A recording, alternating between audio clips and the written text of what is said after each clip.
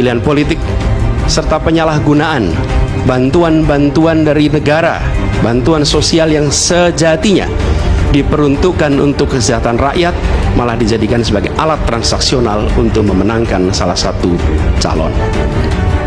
Bahkan intervensi ini sempat merambah hingga pemimpin Mahkamah Konstitusi.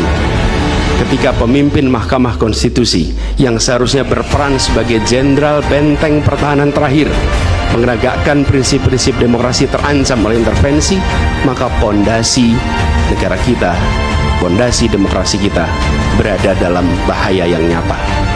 Lebih jauh lagi, skala penyimpangan ini tidak pernah kita lihat sebelumnya, Yang Mulia. Kita pernah menyaksikan penyimpangan seperti ini di skala yang kecil, pilkada, populasi kecil, tapi dalam skala yang amat besar dan lintas